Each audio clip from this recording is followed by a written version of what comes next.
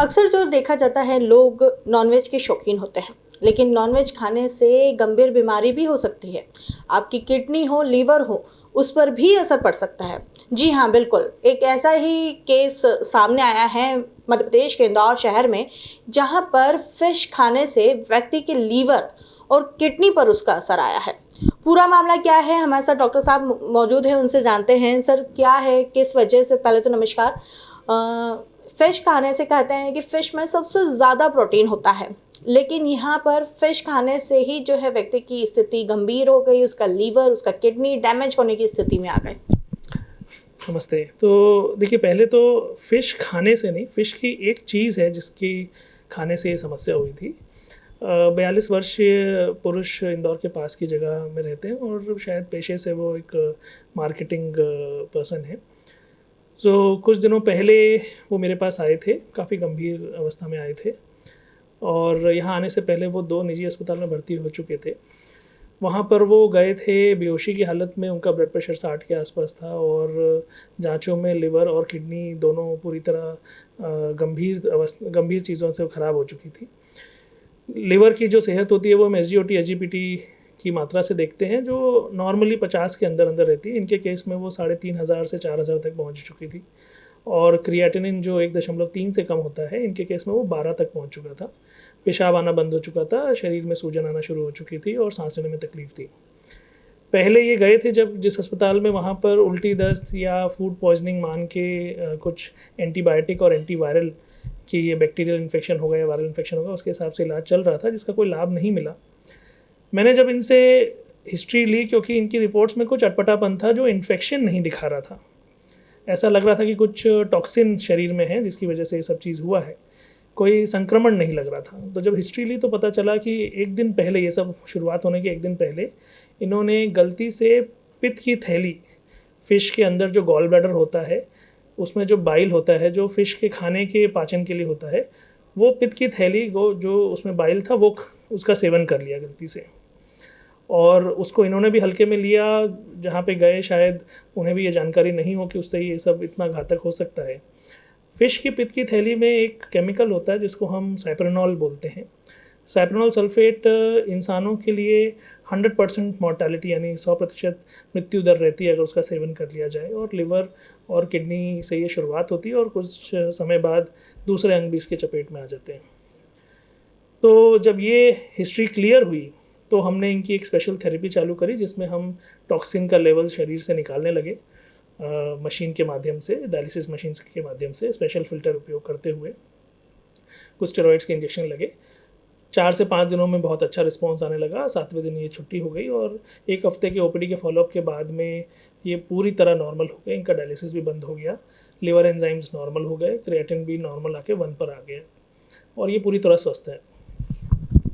Sir, अगर देखा जाए, जो पाचन की जो क्रिया होती है, वैसे तो हर जानवर में होती है, मनुष्य में भी होती है। ऐसे में किन बातों का ध्यान रखना चाहिए? क्योंकि बहुत सारे लोग, अधिकतर देखा जाता है कि नॉनवेज के काफ़ी शौकीन होते हैं, लेकिन वो इन छोटी-छोटी बातों से कहीं न कहीं अवगत नहीं होते हैं और उसी के कारण एक बड़ी समस्या हो जाती है। अधिकतर ऐसे केसेस सुनने को नहीं आते हैं, लेकिन बहुत कम आए हैं। लेकिन आगे के लिए सावधानी हो, उसके लिए आप क्या कहेंगे? बिल्कुल सही बोला आपने। मध्य भारत में इन सब चीज़ों का सेवन कंपैरेटिवली कम है। अगर हम दक्षिण भारत देखें या फिर जो समुद्र तट पे जो राज्य हैं, उनमें ये सब सेवन ज़्यादा होता है, उनमें हम केसेस ये पहले देख चुके हैं। पर मध्य भारत में क्योंकि इसकी जानकारी भी अच्छी नहीं है, इसलिए सही समय पर पूरा इलाज नहीं हो पाया उसका शुरुआत, जब तक वो यहाँ पर मेरे पास नहीं आए थे। इसमें ध्यान रखने वाली बात ये है, कोई भी जीव जंतु जानवर हो, जो नेचर, जो प्रकृति है, उसने सबको ऐसा बनाया है कि वो अपनी रक्षा खुद कर सकते हैं। तो कई बार ये जो जीव जंतु जानवर होते हैं, इनके अंदरूनी अंग में ऐसे टॉक्सिन्स, ऐसे पदार्थ होते हैं जो उनकी रक्षा के लिए होते हैं, उनके भोजन को की पाचन करने के लिए होते हैं। यदि वो अंग का सेवन इंसान कर ले तो वो उसके लिए घातक होता है। नॉनवेज वैसे हमें अवॉइड करना चाहिए, लेकिन फिर भी अगर जो लोग खाते हैं वो ज़रूर ध्यान रखें कि नॉनवेज में किसी भी जानवर का, जीव जंतु का, वो अंदरूनी अंग का सेवन ना करें। सिर्फ मांसपेशियां जो हैं उस तक ही सीमित रखें अपने आप को, और साफ़ सफाई का बहुत ध्यान रखें और हमेशा जो हो वो एकदम फ्रेश हो। पुराना नॉनवेज का सेवन बिल्कुल नहीं करें। सर अधिकतर देखा जाता है बीच बीच में केस आते हैं कि चिकन खाने से प्रॉब्लम हो गई, फूड पॉइजनिंग हो गया। कई बार ऐसा होता है साल भर में एक आधी न्यूज़ ऐसी देखने के लिए मिल जाती है जहाँ पर चिकन को बैन कर दिया जाता है कि नहीं खाएं। तो क्या नॉनवेज खाना सही है? देखिए, दो चीज़ है। जो भी नॉनवेज पदार्थ होता है, जो मांसपेशियाँ होती हैं, वो एक बहुत अच्छा सोर्स होता है किसी भी बैक्टीरियल या वायरल को ग्रोथ करने में। तो वो उनके लिए वहाँ पे बहुत ईज़िली, अगर कोई नॉनवेज बाहर पड़ा हुआ है कुछ टाइम तक, तो उसमें बैक्टीरिया और वायरस की ग्रोथ बहुत आसानी से हो जाएगी। बीच बीच में हम जब देखते हैं कि स्वाइन फ्लू का ब्रेक हुआ है या फिर चिकन फ्लू का ब्रेक हुआ है, तो उनमें ये सब चीज़ें बैन हो जाती हैं। वो इसीलिए क्योंकि ये जो वायरस होते हैं कई बार वो उनमें इतने एक्टिव नहीं होते, बट उनका अगर सेवन हम कर लें तो हमारे शरीर के लिए वो बहुत घातक होते हैं। इसी तरह अगर कोई जानवर है उसके हम अंदरूनी अंग खा रहे हैं, जैसे मछली में हमने अगर पित्त की थैली गलती से भी सेवन कर ली तो उसमें टॉक्सिन होता है। दूसरे जानवरों में भी अंदरूनी जो अंग होते हैं वो शरीर के लिए बहुत हानिकारक होते हैं। इंसानों के लिए वो उनके शरीर के लिए अच्छे हैं, बट हमारे लिए बहुत हानिकारक हैं। नॉनवेज पर से का इंटेक जो होना चाहिए वो कम होना चाहिए हमारे लिए। बहुत सारी स्टडीज़ में देखा गया है कि जो बहुत ज़्यादा नॉनवेज खाते हैं उनमें कोलोन कैंसर का जो इंसिडेंस होता है वो ज़्यादा होता है। कुछ नॉनवेज, चाहे वो मछली हो या अंडा हो, उसको हम कंपेरेटिवली थोड़ा सेफ़ मानते हैं क्योंकि उनमें कुछ हेल्दी ओमेगा एसिड्स भी होते हैं। लेकिन इसी के साथ साथ हमें ये ध्यान रखना चाहिए कि वो पुराना या बासी नहीं होना चाहिए, क्योंकि उसमें इन्फेक्शन ग्रो होने की संभावना बहुत ज़्यादा होती है। साथ साथ में कोई और अंग का सेवन नहीं करें, क्योंकि वो अंग में जो टॉक्सिन होता है वो इन्फेक्शन तो नहीं, लेकिन जो टॉक्सिन पदार्थ होता है वो शरीर के लिए बहुत ही घातक होता है। सर लोगों का अधिकतर मानना रहता है, या फिर आम भाषा में अगर कहे तो लोग कहते हैं कि नहीं, वेजिटेबल नहीं खाना है, हरी सब्जियां नहीं खानी है, फ्रूट्स नहीं खाने हैं। हरी सब्जी, फ्रूट, मिल्क, इससे ज़्यादा जो प्रोटीन है आपको नॉनवेज में मिलेगा, नॉनवेज आप खाइए। तो क्या ये सही बात है? क्या वेजिटेबल्स, मिल्क, फ्रूट से ज़्यादा जो प्रोटीन है वो नॉनवेज में है?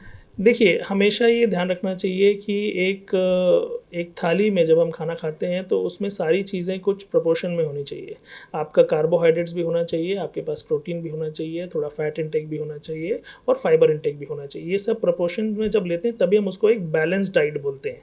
अगर हम सिर्फ कार्बोहाइड्रेट खा रहे हैं तो वो भी शरीर के लिए हानिकारक है। अगर हम सिर्फ फैट का इंटेक कर रहे हैं तो वो भी हानिकारक है। इसी तरह अगर हम सिर्फ प्रोटीन पे फोकस कर रहे हैं तो भी वो हानिकारक है।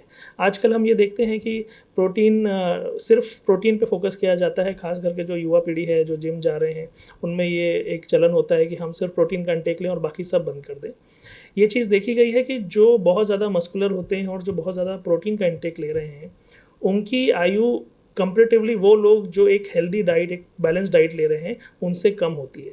इसका मतलब उस समय तो ज़रूर ऐसा लग सकता है कि हमारी हेल्थ बहुत अच्छी हो रही है, हमारा मसल इंटेक, हमारी मसल स्ट्रेंथ बहुत अच्छी हो रही है, लेकिन वो सालों में या आयु में कन्वर्ट नहीं होती हैं।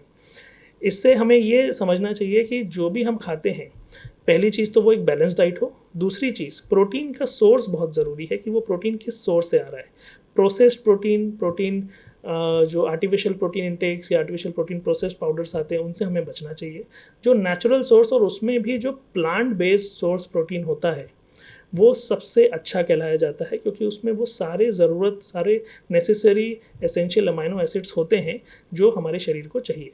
एनिमल बेस्ड प्रोटीन इंटेक हमें कंपैरेटिवली कम रखना चाहिए, क्योंकि उसमें ऑक्सीडेटिव स्ट्रेस होने की संभावना, उसको जब हम खाते हैं तो उसको हजम करने के लिए जो ऑक्सीडेटिव स्ट्रेस होता है बॉडी में, जो एजिंग के साथ डायरेक्टली रिलेटेड है, और जितना ज़्यादा ऑक्सीडेटिव स्ट्रेस रहेगा उतना जल्दी बुढ़ापा और उतनी जल्दी एजिंग होती है। वो हमने ये पाया गया है रिसर्चेस में कि वो नॉनवेज फूड में ज़्यादा होता है अगर हम उसका सेवन करते हैं। सर जहाँ से स्टार्ट करा था वापस वहीं पे आते हैं। फिश की जो पित्त की थैली है वो सर ने खाई थी और उसकी वजह से उन्हें इतनी प्रॉब्लम हुई। अगर सही समय पर अगर इलाज नहीं हो पाता, अगर उस पॉइंट को अगर आप ब्रेक नहीं कर पाते, उसे नहीं समझ पाते, तो क्या होता? और ऐसे में अब उनका डायलिसिस भी हुआ है। कहते हैं कि 1-2 बार डायलिसिस होता है तो वो रूटीन चलता है। जो लोगों की मेंटेलिटी है उस बारे में क्या है? और क्योंकि जैसा जितना मुझे नॉलेज है कि बिना सर्जरी के आई थिंक उनका इलाज हुआ है, तो कैसे हुआ है, कितना फाइनेंशियल जो है इसमें खर्चा आया है, वो बताएंगे आप? तो मैं आपको धन्यवाद दूंगा कि आपने ये प्रश्न पूछा, क्योंकि ये बहुत ही ज़रूरी प्रश्न है। पहली चीज़ तो ये है कि जो टॉक्सिन का सेवन किया गया उसके लक्षण बहुत ज़्यादा कंफ्यूज किए गए यहाँ आने से पहले। जो दूसरे 2 अस्पतालों में जहाँ पे वो भर्ती हुए थे लगभग 5 दिनों के लिए, एक अस्पताल में लगभग 24 से 36 घंटे और उसके बाद दूसरे अस्पताल में लगभग 4 से 5 दिनों के आसपास। तो ये सिम्टम्स जो थे वो एक इन्फेक्शन के प्रतीत होते थे कि शायद बैक्टीरिया या किसी वायरस के इन्फेक्शन की वजह से लिवर और किडनी में सूजन पहुंची है। उसके चलते वहाँ पे बहुत हैवी एंटीबायोटिक्स, क्योंकि मरीज़ की जो रिपोर्ट्स थी वो दिन ब दिन बिगड़ती जा रही थी। शुरुआती रिपोर्ट में जहाँ SGOT SGPT 1500-1600 थे और दिन ब दिन वो बढ़ते बढ़ते जब तक वो मेरे पास आए थे तब वो 4000 लेवल तक पहुँच चुके थे। तो दिन ब दिन बढ़ने की वजह से रोज़ एंटीबायोटिक बढ़ती जा रही थी। पर डेफिनेटली ये कॉमन सेंस की बात है, क्योंकि ये इन्फेक्शन या बैक्टीरिया या वायरस का संक्रमण नहीं था तो इनमें ये दवाइयाँ काम नहीं आती। इन दवाइयों में लगभग 2.5 से 3 लाख रुपए खर्चा हो चुका था मरीज का। अब जब वो मेरे पास आए थे तब काफ़ी गंभीर अवस्था में थे, उनको ऑक्सीजन की ज़रूरत पड़ रही थी, फेफड़ों में पानी था, पेशाब बिल्कुल नहीं आ रहा था। अब इस टॉक्सिन को निकालने का तरीका एकमात्र जो होता है वो ये होता है कि हम इनके ब्लड को फ़िल्टर करें और ब्लड में जो रहा टॉक्सिन है उसको हम निकाल लें ताकि आगे की जो डैमेज है वो बंद हो जाए और जो फैट स्टोर टॉक्सिन्स हैं वो भी रिमूव हो जाएंगे। और साथ साथ में हमने कुछ इनको स्टेरॉइड्स के इंजेक्शन दिए ताकि वो जो सूजन बन चुकी है पिछले टॉक्सिन से वो कम हो जाए। तो ये थेरेपी चालू हुई। इसमें भी एक बहुत जटिल समस्या जो हम आमतौर पे पेशेंट्स में देखते हैं वो एक ये भावना होती है कि एक बार डायलिसिस चालू हुआ तो ज़िंदगी भर हो जाएगा। ये गलत है, ये पूरी तरह गलत है। सही समय पर अगर आपने अपनी किडनी को पूरी तरह ख़राब होने से बचा लिया, भले उसमें हमें डायलिसिस की ज़रूरत पड़े, तो डायलिसिस जीवन भर नहीं होता। आप उसको इस तरह से समझें कि यदि डायलिसिस या किडनी कुछ कारणों से, जैसे इस केस में टॉक्सिन की वजह से और लिवर में सूजन आने की वजह से ख़राब हो रही थी, उसने काम करना बंद कर दिया था, तो जो उसका काम है, हमारे शरीर में जो 2 किडनियां हैं उसको भगवान ने बनाया है शरीर की गंदगी को पेशाब के माध्यम से निकालने के लिए। यदि वो नहीं निकाल पा रही हैं तो वो शरीर में गंदगियाँ और बढ़ाती जाएंगी, तो नेचुरली दूसरे अंगों पे और असर पड़ेगा। तो ऐसी स्थिति में तो मरीज कभी ठीक नहीं हो सकता।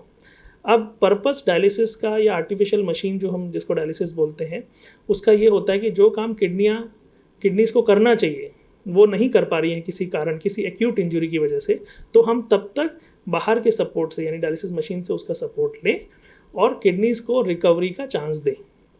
और जब वो किडनी रिकवर होने लगती है, क्योंकि जो उसकी जो चोट पहुंच रही थी वो टॉक्सिन की वजह से पहुंच रही थी और लिवर की जो खराबी थी उसकी वजह से पहुंच रही थी, जब उनमें सुधार आना शुरू हुआ तो किडनी में भी इम्प्रूवमेंट देखा। यदि ये मरीज और लेट होता तो जैसे मैंने बताया इसमें 100% मोर्टेलिटी या मृत्यु दर है, 100% है। और यदि ये सही समय पर हमसे वो फिल्टर थेरेपी या जो इनका प्यूरिफिकेशन हो वो नहीं कराते तो ये दोनों अंग परमानेंटली डैमेज हो जाते हैं। ये थे हमारे साथ डॉक्टर जयसिंह अरोरा, जिन्होंने बताया कि किन किन बातों का विशेष तौर पे ध्यान रखना चाहिए। एक छोटी सी पित्त की थैली व्यक्ति की जान पर बनाई है, जानलेवा हो सकती है, ये भी उन्होंने बताया है। तो अगर आप भी नॉनवेज के शौकीन हैं तो नॉनवेज अगर आप खा रहे हैं तो कुछ विशेष बातों का आप ध्यान रखें। हमने नॉनवेज के अलावा भी कुछ और बातें करी जिसमें प्रोटीन से रिलेटेड बातें थी, जिसमें आप वेजिटेबल खाइए, फ्रूट खाइए, मिल्क पिए, इसमें भी प्रोटीन होता है। माना कि एग है, फिश है, इसमें प्रोटीन है, लेकिन दूसरी चीज़ों में भी प्रोटीन है। जैसा सर ने बताया है कि आजकल के जो युवा हैं वो प्रोटीन का सेवन तो कर लेते हैं लेकिन जो अन्य चीज़ें हैं उनको अवॉइड कर देते हैं। तो आप ऐसा ना करें, क्योंकि हाल ही में जो पेशेंट था वो सही वक्त पर सर के पास आ गया और उसका इलाज हो गया, नहीं तो 101% उसकी डेथ कन्फर्म थी। तो इस तरीके की जो छोटी छोटी सतर्कता है आप भी रखिए। नॉनवेज खाने से पहले इन बातों का ध्यान रखिए। कैमरा पर्सन विशाल के साथ खुशबू यादव, सूर्योदय टीवी, इंदौर।